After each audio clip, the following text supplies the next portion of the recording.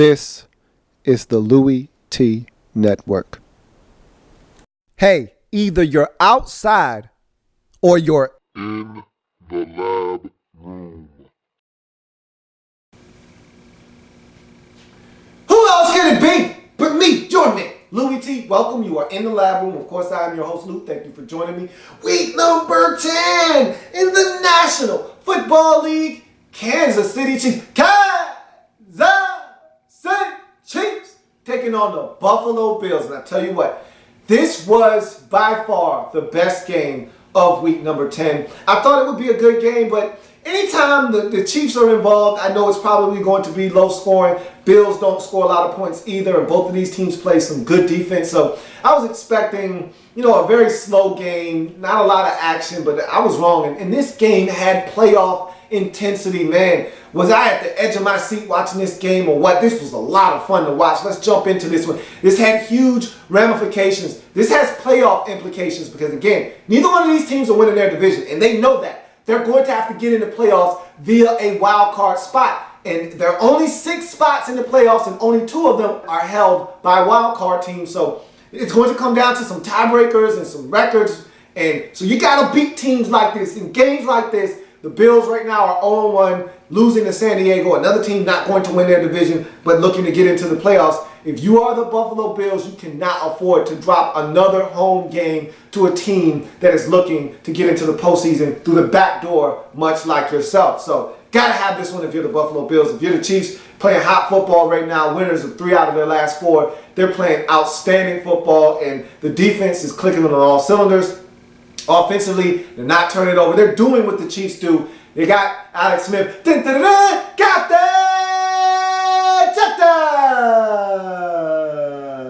Got him out there playing football. Jamal Charles, never, ever trust a man with 2 first names running the football.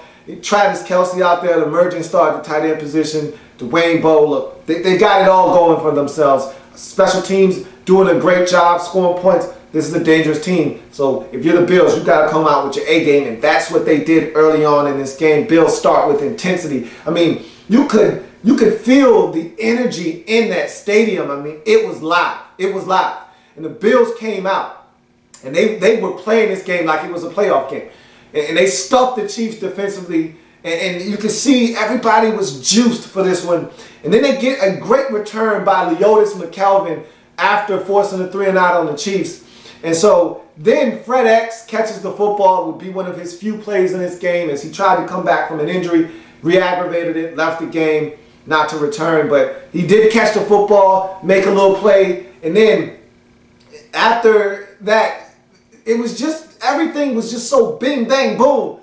And so you get the 3-and-out forced by the defense on an impressive defensive possession. You get the Leotis McKelvin punt return, puts them in great field position. You get the Fred X catch and run for a first down, and then boom, 7-11 in the end zone. Chris Hogan, touchdown, 20 yards out. It's 7-0 Bills, just like that. I'm like, God damn, Buffalo. Okay, I see you, Bills. I see you. 7-0. Ensuing possession, Debo misses an opportunity to score a touchdown, and it was a situation where Alex Smith zings it in there, and he has a chance to split the defense, and they go after the football, and they miss, and he's about to run away, and the 2 defenders collided with each other. They were on the ground. He was going to go, and what happened is one of them happened to get their hands on Dwayne Bowe's arm. The football comes out as he's trying to run away, so he has to stop and pick the football up. That allows the rest of the Bills defense to come and swarm and get him on the ground before he can run away from the rest of it. It's a huge play because that was going to be 7. I believe Debo was going to take off and score a touchdown on that play.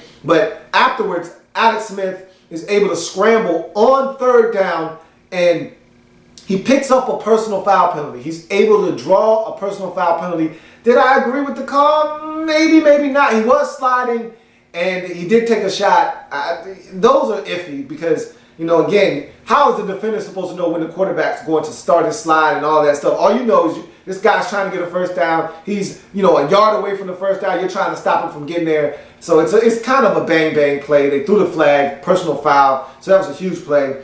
And that ended up leading to a Cairo Santos field goal. 7-3, Bills still up in this game. Nigel Bradham hits Niall Davis in the backfield as he's trying to run the football, forces a fumble. Bills recover at the Kansas City 31-yard line, leads to a field goal. So Bills get their field goal back. They're up 10-3 in this game. The Bills defensively were outrageous with their intensity. I mean, Marcel Darius was a man possessed in this game. Jerry Hughes had an early sack in this game. They were getting after Alex Smith. They sacked him about 5 or 6 times in this game. Super Mario got a sack. They were swarming. The Bills defensively were swarming early in this game. Jamal Charles could not get it going early on. But you know, backs like Jamal Charles, all it takes is one solid run. That's it. All it takes is, you know, you stop them, and boom. The second you let your guard down, they pop you for 41. We'll talk about that a little bit later on. But right now, it's 10-3. Bills up in this game. Big ups. Huge big ups to Jordan Gay, the kickoff specialist for the Bills. Look, if you're going to hold 3 kickers on your roster, if you're going to have 3 guys and have a guy as a specialist just to kick the football off, you better be able to tackle. And right before the half, after the Bills got that field goal and kicked off to Black Mamba, he was ready to break it. He was ready to bust it. And here comes Jordan Gay with a nice form tackle by the sidelines, get him down on the ground. That's a hell of a play by a kicker, man. That's what I'm talking about, Jordan Gay. That's what's up. So, able to stop Black Mamba from making this a disaster right before the half. The Chiefs get nothing out of the deal. It's 10-3. Bills on top at the half. We go to the third quarter. 11-play, 71-yard drive ends at the 1-yard line in disaster for the Bills as Bryce Brown fumbles the football. He's stripped by Ron Parker. And let me talk about, this is a huge play in the game. Let me talk about this play because there are so many different components to this play in question, okay? First things first, Bryce Brown is a fumbler. You knew that when you got him, so you can't be mad when the guy does the thing that he's known for doing, okay? That's number one. Number two, give some credit where credit is due. That was a hell of a play by Ron Parker, okay? He's getting into the end zone is Bryce Brown. Ron Parker comes from out of nowhere, dives, leaves his feet, and punches the football out perfectly. I mean, you couldn't have done it any better. Charles Peanut Tillman himself, the father of the Peanut Punch, couldn't have done that any better. I mean, that was as clean a punch at the football as you will find. I mean, that ball was spiked into the ground. So give some credit where credit is due. Ron Parker made a hell of a play. 99.7% of the safeties in this league do not make that play. So give credit where credit is due. Now, the third component of that play is Scott Chandler has an easy opportunity at recovering that football in the end zone for a touchdown. Scott Chandler is as much to blame as Bryce Brown for this play because he should have picked that football up. There's no reason for him to go in, butterfingers, and knock it out of bounds. And so, everybody was at fault. Bryce Brown was at fault. Scott Chandler was at fault. But at the end of the day, Bryce Brown has to hold on to the damn football as he's going into the end zone. He didn't expect Ron Parker to come out of nowhere and knock it out, though. I mean, that was one hell of a play by Parker. And it might have saved the game because if the Bills go up 17-3 there's no way Kansas City, not the way the Bills were playing defense in this game, there's no way Kansas City comes back and wins this football game. This game is over. So, huge play by Ron Parker. He saved the game with that play. So, next time out, Bryce Brown, they look to have him redeem himself. And I love the fact that Marone went right back to him because most coaches in the league would have been furious with him. And I know you don't have a lot of stuff on your bench. No Fred X, as he got injured early in the first quarter. And CJ Spiller out with an injury. You don't have a lot of options, so you had to put him back in the game. But you could have easily said, hey, Booby, go out there. We're not putting this guy back in right now. Booby, you get all the touches. Instead, they went right back to Bryce Brown, picks up 13 on the carry. Then Booby Dixon gets 28 on a beautiful run. I thought he was about to go. I mean, he was one more broken tackle from rumbling. Young man rumble. So he looks a lot more athletic than I remember him being in San Francisco. That's for sure. And so that was a hell of a run. Jumped over a guy, ran over 2 more defenders. That was a determined run. Then Bryce Brown catches the football for another 13. Bust off an 8-yard run that almost ends in a touchdown. He gets tripped up at the last second as he's about to get away and get in the end zone. So it sets up a goal-to-goal situation. And the Bills aren't able to get in the end zone as Kyle Orton is high on third down to Robert Woods. And so Bills have to settle for a field goal. It's 13-3. Another opportunity for the Bills to put this game away, and they can't do it. So Bills not getting it done in the red zone in this game. And just another tidbit. Robert Woods had a huge drop in the first quarter. Bills were on a drive after they had scored, just marched down the field and scored on that first possession. They got the football back and they were on the move again. He drops a pass on 3rd and 3 that would have yielded a first down. Those are the type of mistakes you can't make in a football game like this. And so, especially against a Chiefs team that's going to play some defense, got to get and take advantage of every opportunity that comes your way. And I thought that was a missed opportunity as you were already close to getting in the field goal range. And I think that first down would have gave you an opportunity to potentially get into field goal range. And so that's a tough break. But again, got to take advantage of opportunities if you are the Buffalo Bills. So that ends the third quarter. Bills up 13-3. Everything falls apart in the fourth quarter for this Buffalo Bills team. After 3 beautiful catches by Debo by the sidelines, he was tiptoeing his behind off as Captain Checkdown was hitting him by the sidelines and Debo was plucking him out of the air. Then the last of those 3 catches by Debo comes up short of the sticks on third down. And so this is a dicey situation. If you're Andy Reid, do you allow your defense to have a situation where you punt the football, got one of the best punters in the league in Colquitt? Do you try to pin these guys inside the 5, have your defense come out there and potentially get a stop, maybe even a safety, who knows? Or do you go for it down 10 in this game knowing that you can attempt a field goal from 59 yards away? What do you do? 4th and 1 from the Bills 41. What do you do? Andy Reid says, scared money don't make money. I'm going to roll the dice and hope it comes up nice. He rolls it, and man, beautiful play call. Fake dive, pitch out to Jamal Charles. Never, ever trust a man with 2 first names. And what did I say? All game long, for the most part, the Bills had been holding him down. He started to get loose in that fourth quarter. And with these type of backs, you can never let your guard down because all it takes is one play. And they toss him the football. He's able to hit a seam. And even though a couple of Bill defenders had an angle on him, they could not get their hands on Jamal Charles as he takes off for 41 yards and a first down and a touchdown as the Chiefs finally have gotten a touchdown in this game. And just like that, what was once a 10-point game and a dominant lead by this Bills football team has now been trimmed to 3 at 13-10. Leonis McKelvin fumbles on a punt return, leads to a 21-yard Jamal Charles run. Never, ever trust a man with 2 first names. He's starting to heat up. 41-yard run, now a 21-yard run. At one point, he was 5 carries, 0 yards. They were stifling him early in this game. Now, all of a sudden, he's starting to break off some big runs and some chunks. And that 21-yard run sets up a 10-yard Captain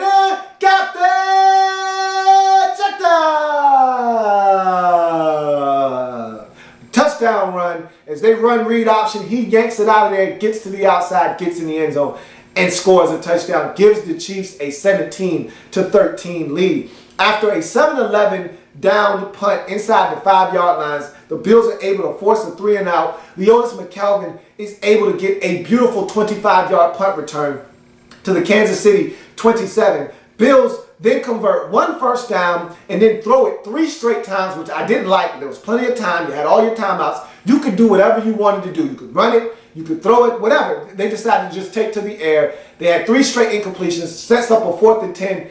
This is a no-brainer, and this is where I think Doug Marrone is outmanned here. As a coach, this is where he showed that he's not a good coach right now. He doesn't get it. And you kick the field goal here. Your defense is playing outstanding football, has been all game long. You take the points, you cut this to a 1-point game and a 1-possession score, and give yourself a chance to win this game with a late field goal. You've been a team that's been having a flair for the dramatics all season long, that come from behind victory versus the Lions, or that come from behind victory versus the Vikings. Give yourself a chance to win this game with a late field goal. Instead, he goes for it on 4th and 10. It's not converted. Then the Chiefs are able to pick up a first down. Travis Kelce, with a huge catch, is able to force the Bills to use their timeouts. They eat up all the clock, punt the football back to the Bills with virtually no time left on the clock. as the Bills lose this football game 17-13.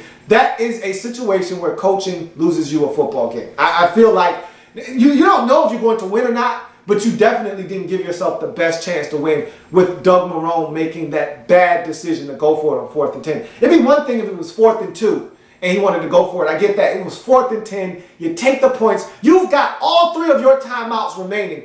The defense had been playing lights out all game long. No reason to go for it there. You take the points. You give yourself a chance to win this game with a late game field goal. I didn't like the late game execution of this Bills team. I didn't like some of the play calling. And I definitely didn't like the decision to bypass the field goal and go for the touchdown. And so all the mistakes the Bills made, they had opportunities to win this game. They let one slip through their fingers. This one stings. If you're a Bills fan, this one hurts. And it's a good thing that tonight the Bills get an opportunity to right that wrong. There's not many times that you're happy that your team plays a Thursday game, but this is one of the few times when you want that taste out of your mouth. If you are the Buffalo Bills, that one left a bad taste in your mouth, and now you want to wash that out as fast as possible. Now you got a chance to go down to Miami and get a W on the road within this division. So that's going to be a huge matchup on Thursday Night Football. Kansas City, what a victory. Kansas City Chiefs taking care of business on the road, come from behind fashion, down 10 points in the 4th quarter. They rallied to score 14 points that are unanswered in the 4th quarter to win this football game. The resiliency shown by this team, the ability to not turn it over, which is something that they do very well, of course, with Alex Smith being your quarterback, not a lot of turnovers to be had by the opposition. And Jamal Charles came to life in that 4th quarter. This team made the plays when they had to be made. Defensive stops. Ron Parker was everywhere. He had a couple of knockdowns late in this game. I mean, he was the MVP defensively in this game for the Kansas City Chiefs. As they get it done on the road, a tough place to play late in the season against a Bills team that played with, I think, playoff intensity. What a game this was. And the Chiefs come out on the right end of this deal. They go to 6-3 on the season. Bills fall to 5-4. And if the Bills don't make the postseason, this is one of those games where they'll look back and say, that's one of those games that cost us a chance to go to the postseason. That's going to do it for Bills Chiefs. I thank you for joining me. If it happens in the National Football League, whether big or small, we cover it all here in the Lab Room. Come back and join me, because I've got one more game to break down in week number 10 in the National Football League season. Big.